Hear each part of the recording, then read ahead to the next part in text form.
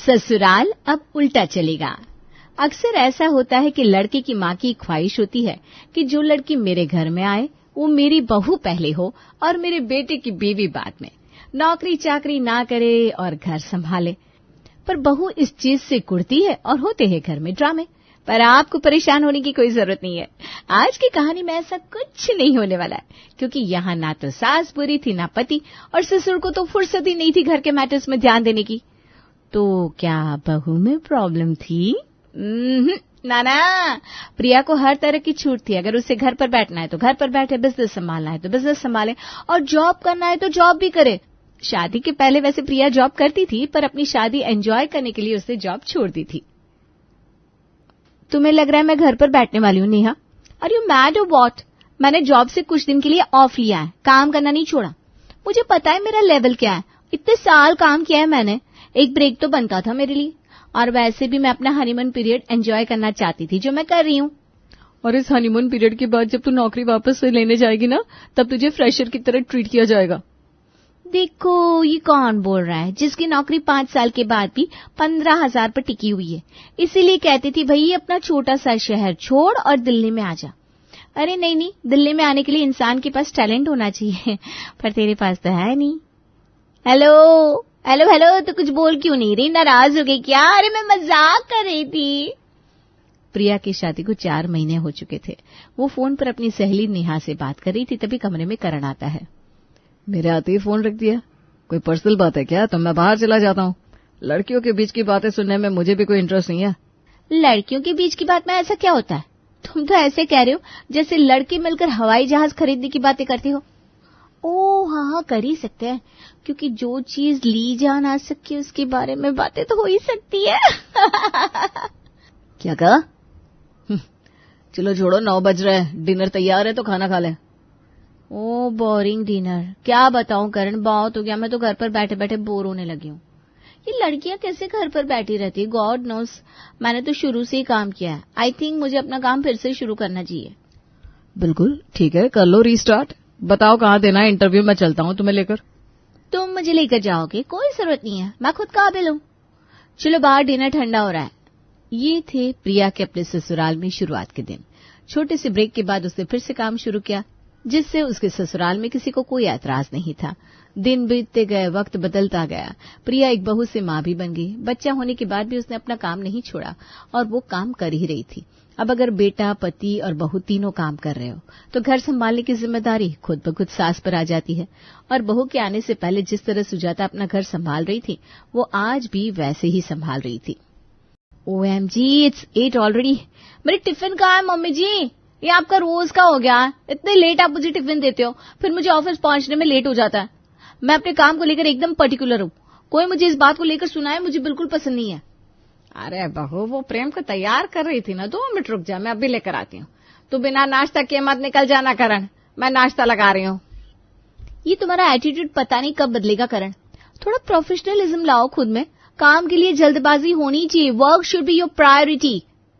Priority है, इसीलिए तो तबीयत खराब होने के बाद भी मैं दवा खाकर काम पर जा रहा हूँ। इसका मतलब ये तो नहीं कि सामने वाले के काम की कदर ही ना की जाए। मम्मी भी तो रश में है, उन्हें और हड़बड़ा दूं क्या? 2 मिनट वेट कर ही सकता हूँ तो कर रहा हूँ। और वैसे भी मम्मी भी तो काम ही कर रही है। तुम इसे काम कहते हो? घर संभालना काम में नहीं आता। हमारे काम से हमें पैसे मिलते हैं। यहाँ मम्मी को कौन से पैसे मिल रहे हैं? देखो मेरी बात सुनो, कोई किसी की बात नहीं सुन रहा। नाश्ते के वक्त तुम दोनों बहस मत किया करो। अपना टिफिन उठाकर प्रिया अपने ऑफिस के लिए निकल जाती है। मुश्किल से प्रिया 10 कदम आगे बढ़ी थी कि बगल से आ रही स्कूटी के हैंडल उसके पर्स में अड़ जाती है। सॉरी भाभी, वो जरा जल्दी में थी ना, आज मेरी किटी है, देर हुई तो पंक्चुअलिटी के 50 रुपए देने पड़ जाएंगे। आपको लगी तो नहीं ना? 50 रुपए पंक्चुअलिटी के? उसके लिए तुम इतनी हड़बड़ी में हो? OMG, pathetic. मतलब सामने वाला ठुक जाए पर 50 रुपए बचने चाहिए। सही बात है, खुद तो पैसे कमाती नहीं हो, इसीलिए 50 रुपए जैसे छोटे अमाउंट के लिए इस तरह हड़बड़ी में रहना पड़ रहा है। घर पर पति हिसाब लेता होगा ना। I really feel sad for you. तुम्हें तो पता भी नहीं होगा इंडिपेंडेंट होना क्या होता है। पति के आगे हाथ फैलाकर तो पेट्रोल के पैसे अरेंज होते होंगे। पति के पैसों की ही किटी डाल ली, उसी के पैसों का मेकअप पोत लिया, स्कूटी उठाई और निकल गए। जितना कि तुम किटी में डालती हो ना, उससे ज्यादा की तो मेरी पर्स है। प्रिया कीर्ति को इतना जलील करती है कि कीर्ति की आंखों में आंसू आ जाते हैं, पर प्रिया को कोई फर्क नहीं पड़ता। वो तो आराम से अपने ऑफिस निकल जाती है। शाम के 7 बजे प्रिया करती है करण को कॉल। हेलो करण, कहाँ हो तुम? मुझे लेने आ जाओ। मैं अभी ऑफिस में हूँ प्रिया, 1 घंटा तो लगेगा मुझे, तुम उबर कर लो ना। उबर ही करना होता तो मैं तुम्हें कॉल क्यों करती? मुझे पानी पूरी खाने की क्रेविंग हो रही है। आ जाओ ना, मैं ऑफिस के बाहर खड़ी हूँ। मुझे घर ड्रॉप करने के बाद वापस से चले जाना ऑफिस। रोमांटिक हो रहा है बच्चा मेरा। ऑफिस की बात है ना जान, ऐसे बीच में नहीं आ सकता। तुम तो जानती हो मेरा बॉस कितना खड़ूस है। ये कहकर करण फोन साइलेंट पर रख देता है। प्रिया उसे कॉल करती रहती है, पर करण तो अपने काम में बिजी था। रात को 9 बजे करण ऑफिस से अपने घर लौटता है और वो जैसे ही अपने कमरे में जाता है। क्या बात है प्रिया, मैंने कितनी बार बैक कॉल किया पर तुमने फोन ही नहीं उठाया। जब तुम मुझे कॉल कर रही थी ना तो मुझे बॉस ने बुला लिया था। मैं बॉस के कैबिन में था, इसलिए तुम्हारा कॉल रिसीव नहीं कर पाया। समझते क्या हो तुम अपने आप को? हाँ, कितनी है सैलरी तुम्हारी? ऐसा तो नहीं है कि मुझसे ज्यादा कमा रहे हो। देखा जाए तो जितने सालों का तुम्हारा एक्सपीरियंस है ना, उस हिसाब से तुम्हारी सैलरी कुछ भी नहीं। तुम्हारे बाद ही काम शुरू किया था मैंने, फिर भी आज तुम्हारे लेवल पर हूं मैं। कमाई कुछ है नहीं और ड्रामे तुम ऐसे दिखाते हो जैसे अंबानी तुम्हारे ही नीचे काम करता है। अरे ठीक है ना प्रिया, एक मिसअंडरस्टैंडिंग हो गई। तुम ही तो कहती हो कि प्रोफेशनलिज्म नाम की कोई चीज होती है, तो मैं तो बस। क्या मैं तो बस? हाँ, कार है क्या तुम्हारे पास? नहीं है ना? ऑफिस से आना जाना उबर में करती हूँ मैं, अपने पैसों से। और तुम क्या कर रहे हो मेरे लिए? ये तुम क्या बोल रही हो प्रिया? कार लेनी है तो हम ले लेते हैं ना। हम ले लेते हैं, क्या होता है मतलब? हाँ, उसकी ईएमआई भी तुम मुझसे भरवाओगे? तुम ये क्या बोले जा रही हो? आज तक तुम्हारी सैलरी से 1 पैसा लिया है क्या मैंने जो अब लूंगा? वो तो आज तक कार की जरूरत महसूस नहीं हुई। अपने बेटे बहू के कमरे से जोर जोर से आ रही आवाज को सुनकर मुकेश कमरे का दरवाजा खटखटाता है। क्या हो गया बेटा, दरवाजा खोलो। करण जाकर दरवाजा खोलता है और गुस्से में प्रिया न आओ देखती है न ताओ और अपने ससुर जी पर बरस पड़ती है। मैनर्स ही नहीं है इस घर में किसी को। पापा जी, आपको दिख नहीं रहा है कि हस्बैंड वाइफ बात कर रहे हैं? तो क्या जरूरत है बीच में दरवाजा खटखटाने की? छोटे मोटे दुकान वालों की यही मेंटालिटी मेरी समझ में नहीं आती। अरे कितना ही कमाते हैं आप लोग? ऑफिस से पता है आपको कितनी स्ट्रेस होती है मुझे, और फिर आप शुरू हो जाते हैं। कैसी बात कर रही है बहू तो अपने ससुर से? क्या बात हो गई करण, तूने क्या बोल दिया प्रिया को? अब जो भी बात हुई है छोड़ो बात को और खाने बैठो दोनों। 2 घंटे हो गए ऑफिस से आए, तूने कुछ खाया भी नहीं, इसीलिए बहू तुझे चिढ़न बच रही है। आप तो अलग ही बचती रहती है मम्मी जी। कोई काम होता नहीं आपको, बस खाना खाना खाना। खाने से बाहर निकलिए, दुनिया में बहुत कुछ है। इंसान को डुबाता है तो उसका घमंड ही, और इसी घमंड में चूर हो चुकी थी प्रिया भी, क्योंकि उसकी सैलरी उसके गुरूर का कारण बन चुकी थी। वक्त बेवक्त वो किसी को भी नीचा दिखा रही थी, खास करके अपनी सास को, और इसी चीज से परेशान होकर करण चलाता है अपना दिमाग सुबह सुबह नाश्ते के टेबल पर। मैंने बोला था ना आपको मम्मी जी कि मुझे ब्रेकफास्ट में ऑरेंज जूस ही चाहिए। ये क्या ले आई आप? काम ही क्या होता है घर पर? 2 बर्तन धोने होते हैं और खाना बनाना होता है, वो भी नहीं हो रहा आपसे। मेरी जगह रहकर देखिए। बिल्कुल ठीक कह रही हो तुम प्रिया, मम्मी को तुम्हारी जगह रहकर देखना ही चाहिए। तो कल से तुम मम्मी का काम संभालो और मम्मी तुम्हारा। ये क्या बोल रहा है बेटा तू? तुम टेंशन ना लो मम्मी, मेरे ऑफिस में एक जगह खाली है, मैं बॉस से बात कर लूंगा। इतने साल की जमाई क्रेडिट है मेरी, तो मेरे बोले पर इतनी कदर तो बॉस करेंगे ही। तुम मुझे चैलेंज कर रहे हो करण? चैलेंज प्रिया को बड़े पसंद है, मुझे तो टेंशन मम्मी जी की हो रही है। अगली सुबह रोज की तरह काम पर निकलने के लिए करण और महेश तो तैयार थे, और साथ ही तैयार थी सुजाता भी। अरे बहू टिफिन दे दे, मुझे ऑफिस के लिए निकलना है। मम्मी जी को लग रहा होगा कि सुबह सुबह इस टिफिन के झंझट में ही मैं हार मान जाऊंगी, पर इतनी बेवकूफ नहीं हूं मम्मी जी। रात को ही रेस्टोरेंट से ब्रेकफास्ट के लिए खाना मंगवा लिया था। प्रिया फौरन बाहर आती है और सभी को खाना परोसती है और अपनी सास को पकड़ाती है टिफिन। आपकी तरह लेट नहीं हुई मम्मी जी मैं, जाइए ऑफिस जाइए। अपने बेटे पर भरोसा रखकर सुजाता अपने घर से करण के साथ ऑफिस के लिए निकल तो जाती है, पर उसे अभी भी विश्वास नहीं हो रहा था कि उसे ऑफिस के अंदर जाने की परमिशन मिलेगी या नहीं। बेटा मुझे तो अंग्रेजी भी नहीं आती, वहां किसी ने अंग्रेजी में बोल दिया तो? अगर मैं सच में तुम्हें अपना ऑफिस ले जाऊं तो मुझे विश्वास है कि सिखाने पर तुम वो काम भी कर लोगी मम्मी। पर फिलहाल तुम मेरे ऑफिस नहीं आ रही हो, मैं तुम्हें मौसी जी के घर छोड़ रहा हूं। तुम्हारे पीछे से करने दो तुम्हारी बहू को तुम्हारा काम। अगर होश ठिकाने ना आए उसके तो मेरा नाम भी करण नहीं। अपने ससुर को दुकान और अपनी सास और पति को ऑफिस भेजने के बाद प्रिया को लग रहा था कि उसने घर का सारा काम निपटा लिया है, पर ऐसा था नहीं।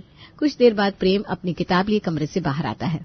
मम्मा, ये मैथ का सम कैसे सॉल्व होगा? मुझे कुछ समझ में नहीं आ रहा। मुझसे क्या पूछ रहे हो? अपनी ट्यूशन टीचर से पूछना। पैसे किस बात की लेती है वो? ट्यूशन का ही तो होमवर्क है या मम्मा? रोज दादी मेरा होमवर्क करवाती है। आज वो ऑफिस गई है तो आप करवा दो। फिर उसके बाद मुझे कल के टेस्ट के लिए प्रिपरेशन भी करनी है। फ्राइडे को टेस्ट होता है हमारे स्कूल में।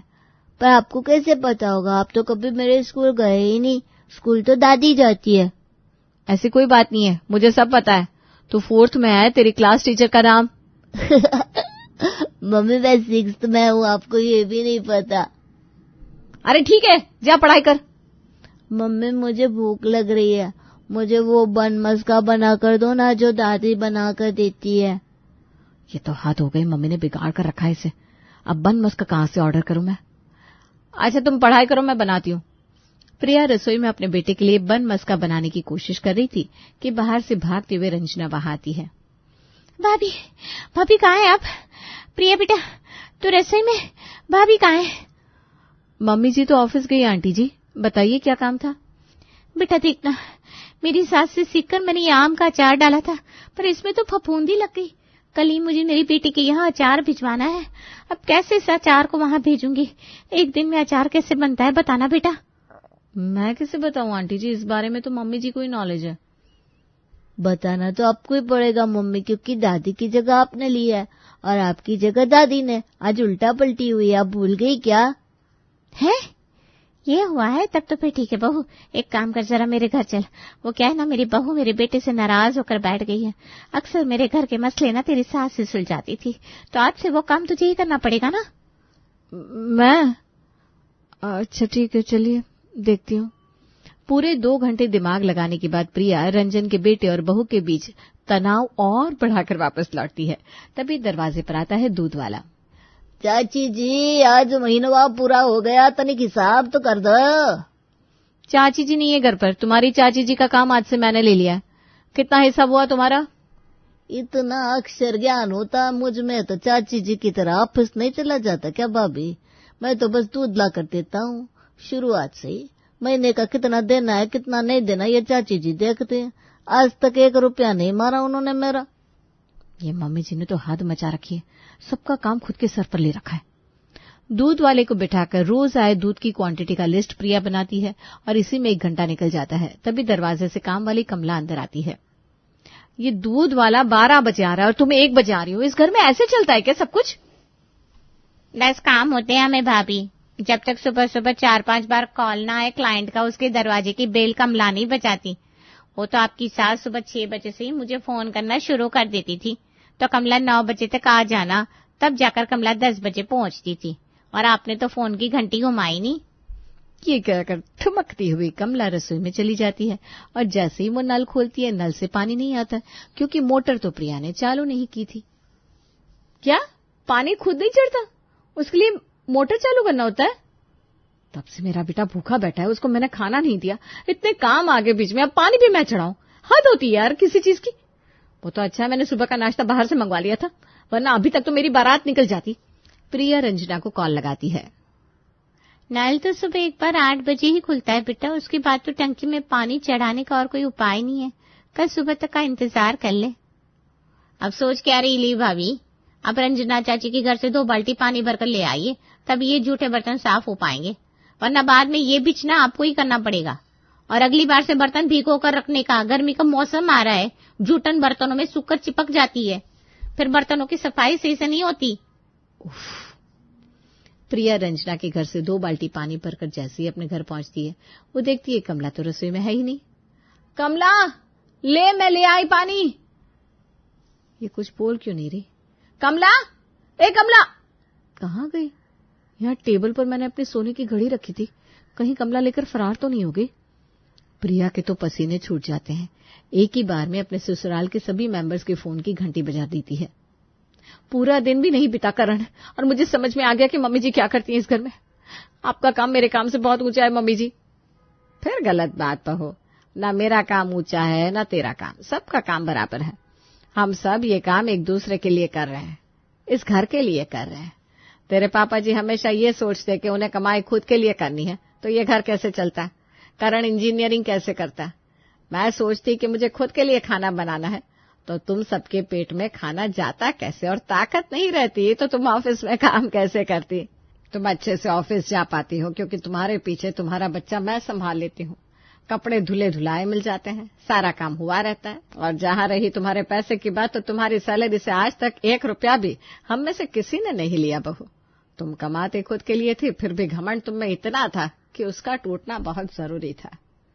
वो टूट गया मम्मी जी, वो टूट गया। मुझे समझ में आ गया कि जो लोग सच में काम कर रहे थे उन्हें सुनाने की जरूरत नहीं पड़ती, जैसे कि आप, पापा जी और करण। मैं आपसे भी माफी मांगती हूँ पापा जी और करण, तुमसे भी। अब उलटकर ससुराल को और ना चलाते हुए मैं ऑफिस ज्वाइन कर लेती हूँ और आप घर संभाल लीजिए मम्मी जी। 12 घंटे के अंदर अंदर ही प्रिया को समझ में आ जाता है कि घर पर औरत को कितना काम करना पड़ता है। इस दिन के बाद से उसका घमंड हमेशा के लिए चला जाता है। वर्मा जी के यहाँ एक काम वाली आई। उसका नाम था जलेबी बाई। क्योंकि उसके कोई भी काम सीधे नहीं होते थे, बात हो या काम, हर चीज घुमा के ही करती थी। अरे साहब, वो जो स्कूल में बच्चों की होती है ना, वो मुझे चाहिए। स्कूल में बच्चों को क्या क्लासेस क्यों चाहिए तुमको? अरे नहीं साहब, वो होती है ना गर्मी की छुट्टी। हाँ, छुट्टी चाहिए 2 दिन की। अरे तो इतना घुमा कर क्यों बोल रही हो, सीधे सीधे बोलो ना। वैसे क्यों चाहिए तुमको छुट्टी? अरे मेरे भाई के जो पापा है ना, उनकी जो पत्नी है ना, उनके भाई के पापा की पत्नी को बुखार आ रहा है। ओहो, ऐसी पहेली मत बुझाओ कि मुझे बुखार आ जाए। अरे सीधे सीधे बोलो ना जलेबी बाई। अरे देखो, मेरे भाई के पापा, मेरे पापा, उनकी पत्नी यानी मेरी माँ के भाई यानी मेरे मामा के पापा यानी मेरे नाना, और मेरे नाना की पत्नी यानी मेरी नानी को ना बुखार आ रहा है साहेब। अरे जलेबी बाई, तुम 2 नहीं 10 दिन की छुट्टी ले लो। बस अगली बार से ना ऐसी छुट्टी मांगना हो तो अनुराधा से मांगना, मुझसे नहीं। ठीक है। एक और बात साहेब। एक और बात सुनी तो मुझे पागल खाने जाना पड़ेगा। अरे पागल खाने क्यों जाओगे आप? अरे चावल ही खा लो। अरे जलेबी भाई, दिमाग का ढोकला मत बनाओ, जाओ यहां से प्लीज। वर्मा जी जलेबी बाई की घूमी बातों से जान बचाने के लिए उसे लंबी छुट्टी दे देते हैं और अनुराधा को बताते हैं। अरे आज तो उसने मेरे दिमाग के तार ही उलझा दिए। कितना घुमा घुमा के बात करती है जलेबी बाई। अरे तुम कहो तो मैं तुम्हारा हाथ बंटवा दूंगा घर के काम में, लेकिन जलेबी बाई को तो और झेल नहीं सकता मैं भाई। अरे शांत हो जाओ, मैं संभाल लिया करूंगी उसे, लोड मत लो आप उसका। हाँ, तुम संभाल लेना उसको, वरना मुझे नहीं संभाल पाओगी। मुझे आगरा के पागल खाने में ही भर्ती होना पड़ेगा। आगरा क्यों जाना? मुझे तो लगता है जलेबी बाई इस घर में थोड़े दिन और रही तो हमारा घर ही एक मशहूर पागल खाना बन जाएगा। तो दूसरी काम वाली ढूंढ ले क्या? अरे आजकल तो हर काम वाली बाई जलेबी जितनी ही टेढ़ी होती है। निकालेंगे नहीं, सिखा लेंगे उसको हम। लंबी छुट्टी के बाद जलेबी बाई घर आती है। अरे आ गई जलेबी बाई, नानी कैसी है तुम्हारी? और वो जो 2 के पहले आता है और जो 0 के बाद आता है। अब 1? हाँ, 1 नंबर है। अच्छा, क्या हुआ था उनको? जो दिल टूटने पर होता है ना, चोट लगने पर होता है, पगार का पैसा कटने पर भी होता है। अरे क्या होता है, बुरा लगता है? अरे जो सर में होता है, पेट में होता है, और जिसे सही करने के लिए ना आदमी को डॉक्टर के पास ही जाना पड़ता है। दर्द? हाँ, दर्द हुआ था उनका हाथ पैर में। अच्छा बस, मेरे दिमाग में दर्द होने लगा तुम्हारी जलेबी जैसी बातें सुनकर। एक काम करो, ऊपर गेहूं की पोटली रखी है, तुम जल्दी से लेकर आओ, आज आटा पिसवाना है। जलेबी बाई भागकर छत पर जाती है और गेहूं की पोटली उठाने की कोशिश करती है, मगर वजन ज्यादा होने की वजह से उससे बोरी उठती नहीं। वो सोचती है कि पोटली जल्दी पहुंचानी है। बस जलेबी बाई के टेढ़े दिमाग में एक टेढ़ी तरकीब आती है।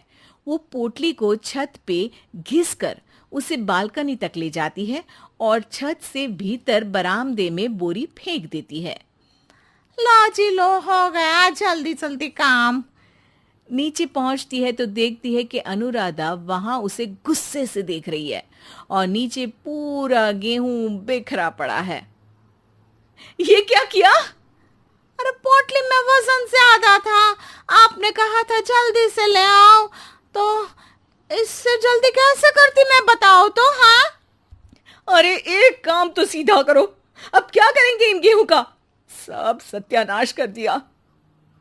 अनुराधा सोच लेती है कि अब इस जलेबी को सीधा करना ही पड़ेगा, वरना बहुत परेशानी हो जाएगी। जलेबी बाई फिर भी सुधरती नहीं है। रोज कोई घूमी फिरी बात से वर्मा जी के दिमाग में शॉर्ट सर्किट करती है, तो कभी अनुराधा के काम बिगाड़ती। जैसे कमरे में झाड़ू लगाने का कहने पर कमरों की दीवारों पर झाड़ू टांग के कहती, लगा दी कमरे में झाड़ू। देखते ही देखते ये महीना खत्म हो जाता है। अरे दीदी पैसे दे दो ना। पैसे तो नहीं है। पैसे नहीं है का मतलब? पैसे तो होते ही है ना घर में। अरे भरोसा नहीं है तो पूरे घर में ढूंढ के बता दे कहाँ पैसे हैं, मिल जाएगी तुम्हें। अभी ढूंढ के लाई मैं। जलेबी जल्दी से अनुराधा का पर्स लेकर आती है। अरे इसमें है ना पैसा। अरे मुझे तो नहीं दिख रहा। अरे दीदी है ना 2000 का नोट। अरे तो वो तो 2000 रुपए हैं, पैसे तो नहीं है। अरे दीदी दे दो ना, जल्दी घर जाना है, आज मेरी तारीख है।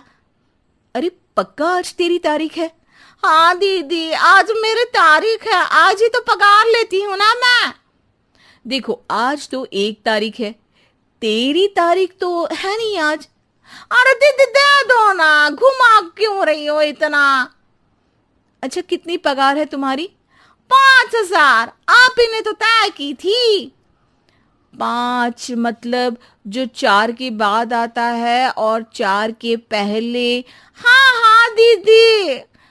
5 वही जो 3 में 2 जोड़ के होता है? अरे हाँ दीदी हाँ।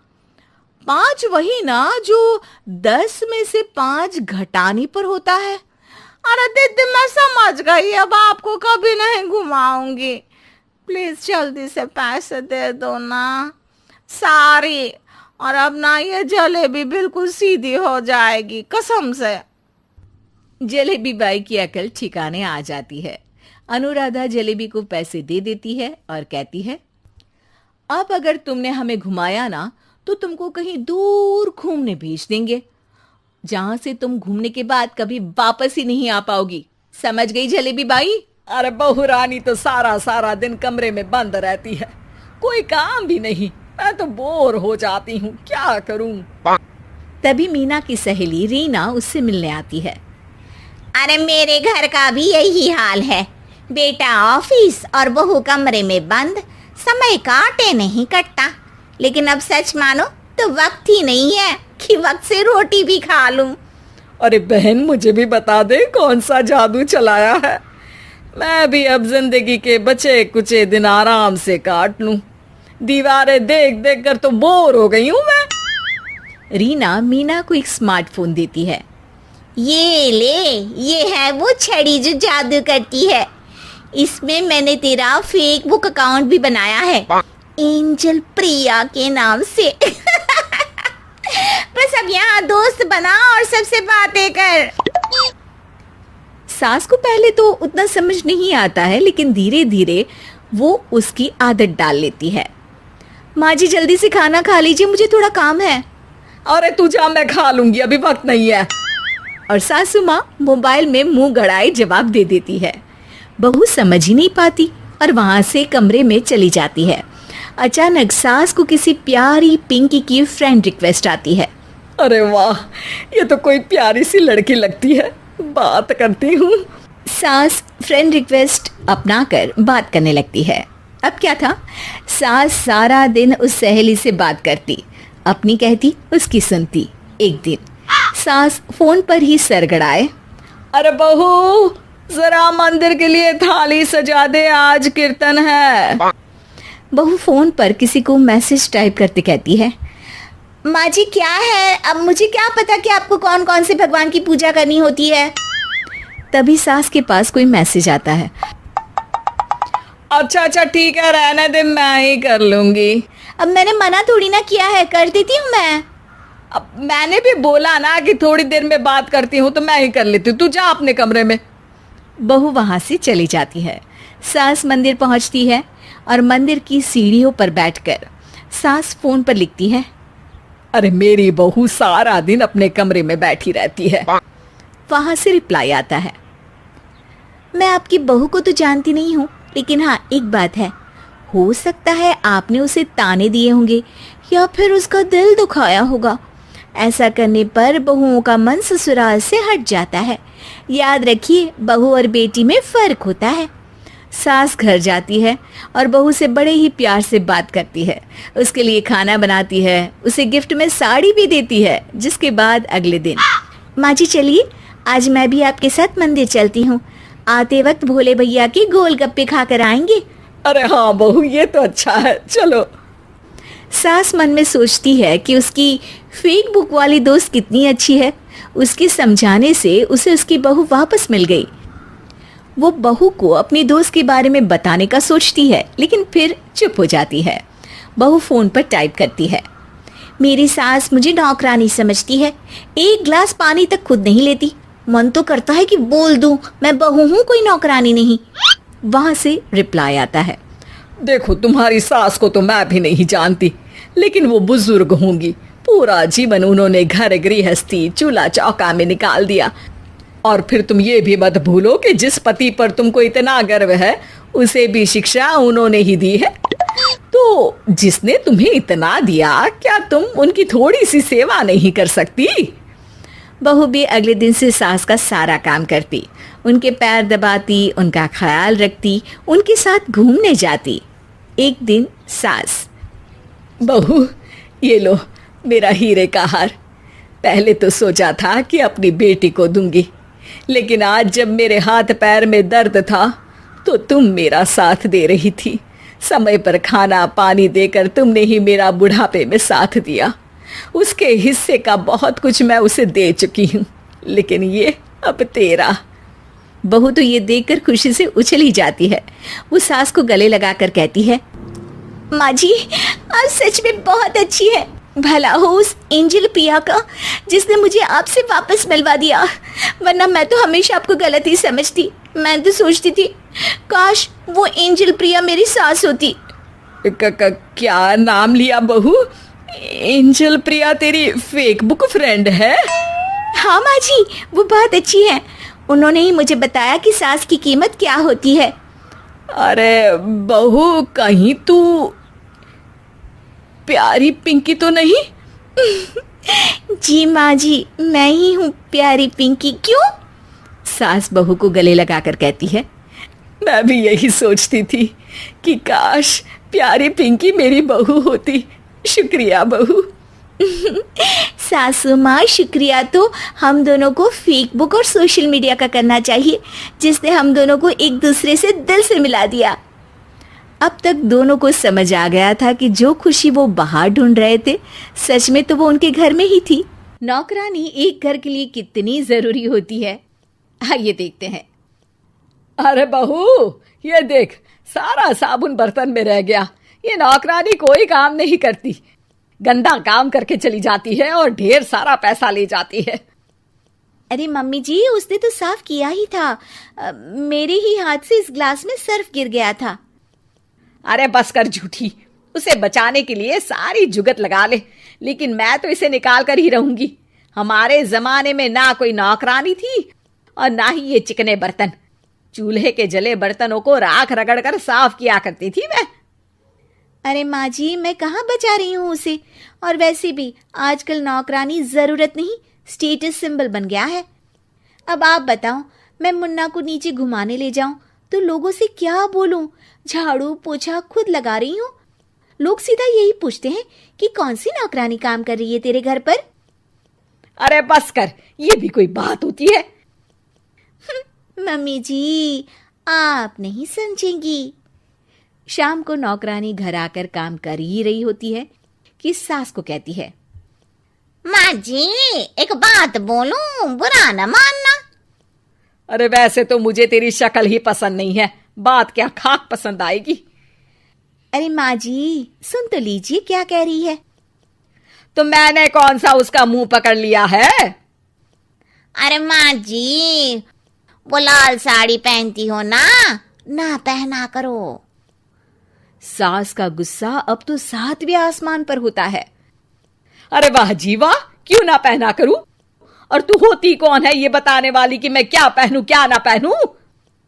अरे माँ जी, पूरी बात तो सुन लो, वो बोलना क्या चाह रही है। अरे बुरा न मानो आंटी जी। अरे कौन है आंटी? अपनी उम्र देखी है तूने? 2-4 साल ही छोटी होगी मुझसे और मुझे आंटी बोल रही है। बहू सर पर हाथ रख लेती है। अरे अच्छी खासी उम्र दराज हो और आंटी ना बोलूं? मैं तुम्हारी बहू से भी 4 साल छोटी हूं। क्यों दीदी?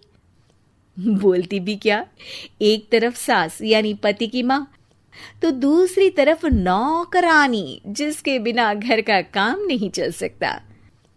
वो दरअसल माँ जी की शादी भी बहुत जल्दी हो गई थी ना। अच्छा ये झगड़ा छोड़ो, ये बताओ तुम माँ जी को लाल साड़ी पहनने से क्यों मना कर रही हो? वो ना, इनकी उम्र की सारी औरतें सोसाइटी में इनके लिए बात करती हैं कि तुम्हारी सास बुढ़ी घोड़ी लाल लगाम है। बहू को ये सुनकर गुस्सा आ जाता है। अरे वाह वाह, कौन बोलता है जी? खुद क्या है यहाँ की औरतें, बाल सफेद लेकिन टाइट जींस और कोई कुछ भी पहने। अरे पहनना हमारा निजी हक है, किसी को कुछ हक नहीं बनता कि वो मेरी सास के लिए कुछ बोले। मैं आज ही जाकर माँ जी के लिए लाल जींस लेकर आऊंगी, फिर देखो कोई क्या बोलता है। अरे चुप लाल जींस। अरे सुन नौकरानी के बच्ची, जाकर बोल दे उन लोगों से कि उन लोगों की तरह मैं उड़ती नहीं फिरती हूं घर बार छोड़कर। अपने बच्चों और नाती पोतों में मन लगाती हूं, ना कि सारा दिन ताश के पत्तों में आंख गड़ाकर 3 पत्ती खेलूं। नौकरानी वहां से चली जाती है। वैसे बहू, नौकरानी के क्या फायदे हैं ये तो पता नहीं, लेकिन सबसे अच्छा तो ये कि पता चल जाता है कि कौन किसके लिए क्या बोल रहा है। सोसाइटी में तेरा नौकरानी रखने का इरादा बिल्कुल ठीक था। अगले दिन उन लोगों के घर की बेल बजती है। बहू दरवाजा खोलती है कि सामने कुछ औरतें खड़ी होती हैं। अरे बहू, कहाँ है तेरी सास? बुला जरा।